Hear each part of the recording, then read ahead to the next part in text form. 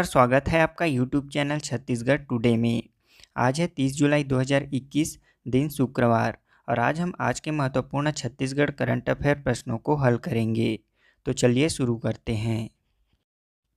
हमारा पहला प्रश्न है, वर्तमान में छत्तीसगढ़ में 2018 के आंकड़ों के आधार पर बाघों की संख्या कितनी है? इसका आंसर है ऑप्शन सी 19। वर्तमान में छत्तीसगढ़ में 2018 के आंकड़ों के आधार पर बाघों की कुल संख्या 19 है। साल 2014 से 2018 के बीच राज्य में बाघों की संख्या में भारी गिरावट आई है। कैमरा ट्रैप तकनीक से हुई गणना में राज्य के तीनों टाइगर रिजर्व में 2018 की स्थिति में केवल 19 बाघ ही शेष बचे हैं, जबकि 4 साल पहले इसकी संख्या 46 थी। राज्य में बाघों की गणना के अगले नतीजे 29 जुलाई 2022 को जारी करने की तैयारी की जा रही है। कभी यहां बाघों की संख्या हजारों में थी। यहां अवैध शिकार और दूसरी वजहों से इसकी संख्या घटते बढ़ते रहे हैं। वर्तमान में इसकी संख्या सिर्फ 19 ही रह गई है। इस बार बाघों की नए सिरे से गिनती की कवायद चल रही है। प्रदेश में Indravati tiger reserve, Achanakmar reserve और उदयंती सीता नदी रिजर्व क्षेत्रों में बाघों की आबादी अधिक है। बता दें कि पूरी दुनिया में सबसे ज़्यादा बाघ भारत में पाए जाते हैं। देश में कुल 18 राज्यों में ये बाघ पाए जाते हैं। 2018 में आई रिपोर्ट के मुताबिक भारत में कुल 2967 बाघ हैं, जबकि पूरी दुनिया में कुल 3890 बाघ हैं। भारत के राज्यों की बात करें तो मध्य प्रदेश में सर्वाधिक 526 बाघ हैं। इसमें दूसरे स्थान पर कर्नाटक, जहां 524 बाघ हैं। वर्तमान में पूरे भारत में कुल 51 टाइगर रिजर्व हैं। छत्तीसगढ़ के इंद्रावती नेशनल पार्क को 1983 में प्रोजेक्ट टाइगर में शामिल किया गया था। इसे 2009 में टाइगर रिजर्व बनाया गया। इसके बाद अचानकमार और उदयंती अभयारण्य को 2006 में प्रोजेक्ट टाइगर बनाया गया था।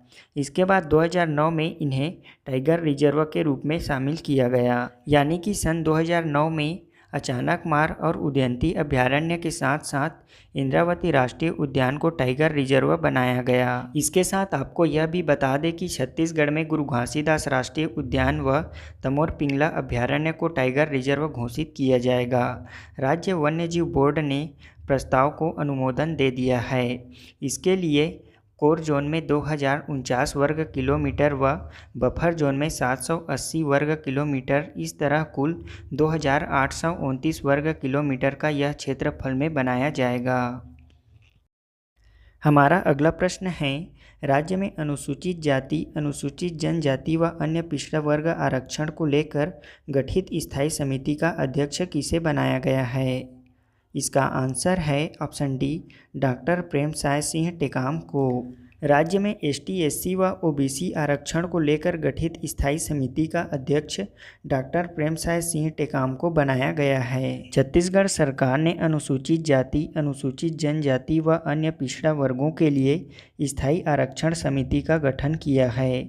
इसमें आदिम जाति विकास मंत्री डॉक्टर प्रेमसाय सिंह टेकाम को अध्यक्ष बनाया गया है। इस गठित स्थायी समिति में 8 सदस्य हैं। इनमें से 5 विधायकों को भी सदस्य के रूप में शामिल किया गया है। ये 5 विधायक हैं रामपुकार सिंह, कुलदीप सिंह जुनेजा, पुन्नूलाल मोहले, धर्मजीत सिंह व दलेश्वर साहू। बता दें कि सामान्य प्रशासन विभाग के आदेश के मुताबिक छत्तीसगढ़ लोक सेवा अनुसूचित जाति, जनजाति व अन्य पिछड़ा वर्ग आरक्षण अधिनियम 1994 के प्रावधानों के तहत इस समिति का गठन किया गया है। अधिनियम के प्रावधानों के तहत स्थायी समिति की कार्यकाल 2 वर्ष की होगी। हमारा अगला प्रश्न है, अंतर्राष्ट्रीय बाघ दिवस कब मनाया जाता है? इसका आंसर है ऑप्शन बी, 29 जुलाई को। अंतर्राष्ट्रीय बाघ दिवस 29 जुलाई को मनाया जाता है। इसका उद्देश्य विश्व भर में बाघों के निवास स्थान का संरक्षण, विस्तार तथा उनकी स्थिति के बारे में जागरूकता को बढ़ावा देना है। 2010 में रूस के सेंट पीटर्सबर्ग में बाघ सम्मेलन में 29 जुलाई को प्रतिवर्ष इस दिवस को मनाने का निर्णय लिया गया था। इस सम्मेलन में वर्ष 2022 तक बाघों की संख्या को 2 गुना करने के लिए प्रतिबद्धता व्यक्त किया गया है। दरअसल अवैध शिकार और वनों के नष्ट होने के कारण विश्व में कई देशों में बाघों की संख्या में काफ़ी गिरावट आई है। हमारा अगला प्रश्न है, भारत सरकार किस वर्ग के व्यक्तियों के लिए गरिमा गृह स्थापित करने जा रही है? इसका आंसर है ऑप्शन ए ट्रांसजेंडर। भारत सरकार ट्रांसजेंडर वर्ग के व्यक्तियों के लिए गरिमा गृह स्थापित करने जा रही है। भारत में केंद्र समुदाय आधारित संगठनों की मदद से ट्रांसजेंडर व्यक्तियों के लिए गरिमा गृह स्थापित कर रहा है। सामाजिक न्याय और अधिकारिता मंत्री ए नारायण स्वामी ने लोकसभा में बताया कि ट्रांसजेंडर व्यक्तियों को सुरक्षित आश्रय प्रदान करने के उद्देश्य से 12 पायलट आश्रय गृह शुरू किए गए हैं। ट्रांसजेंडर व्यक्तियों के लिए गरिमा गृह समुदाय आधारित संगठनों की मदद से स्थापित किए जा रहे हैं। ऐसे आश्रय गृह महाराष्ट्र, दिल्ली, पश्चिम बंगाल, राजस्थान, बिहार, छत्तीसगढ़, तमिलनाडु और उड़ीसा राज्यों में स्थापित किए गए हैं। हमारा अगला प्रश्न है, केंद्र सरकार ने एनिमेशन, विजुअल इफेक्ट, गेमिंग और कॉमिक्स के लिए राष्ट्रीय उत्कृष्टता केंद्र किसकी सहायता से स्थापित करने जा रही है? इसका आंसर है ऑप्शन सी आईआईटी बम्बई। केंद्र सरकार ने भारतीय और साथ ही वैश्विक उपयोग को पूरा करने के लिए एनिमेशन, विजुअल इफेक्ट, गेमिंग और कॉमिक्स के लिए राष्ट्रीय उत्कृष्टता केंद्र नेशनल सेंटर फॉर एक्सीलेंस स्थापित करने का निर्णय लिया है। इसे भारतीय प्रौद्योगिकी संस्थान, Indian institute of technology Bombay के सहयोग से स्थापित किया जाएगा। बता दें कि देश में एनिमेशन और वीएफएक्स क्षेत्र में सत्यजीत रे फिल्म एंड टेलीविज़न इंस्टीट्यूट और film and television institute of India animation और वीएफएक्स पर आधारित पाठ्यक्रम चलाते हैं। हमारा पहला प्रश्न है, छत्तीसगढ़ सरकार ने भूमिहीन खेतीहर मजदूरों को न्याय देने के लिए अनुपूरक बजट में कितने करोड़ का प्रावधान किया है? इसका आंसर है ऑप्शन बी 200 करोड़। हमारा अगला प्रश्न है, छत्तीसगढ़ के किस जिला प्रशासन ने नए फूड पार्क की स्थापना के लिए दावा आपत्ति मंगाई है? इसका आंसर है ऑप्शन डी बलरामपुर जिला। हमारा अगला प्रश्न है, छत्तीसगढ़ शासन द्वारा वन अधिकार के ऑनलाइन दावे को पायलट प्रोजेक्ट के रूप में किन 2 जिलों में प्रारंभ किया जा रहा है? इसका आंसर है ऑप्शन बी धमतरी और कोरबा जिले में। हमारा अगला प्रश्न है, भारत रूस सैन्य अभ्यास एक्सरसाइज इंद्र 2021 कहाँ आयोजित होगा? इसका आंसर है ऑप्शन बी रूस में। हमारा अगला प्रश्न है, बसवराज बोम्मई को हाल ही में किस राज्य का नया मुख्यमंत्री बनाया गया है? इसका आंसर है ऑप्शन ए कर्नाटक राज्य।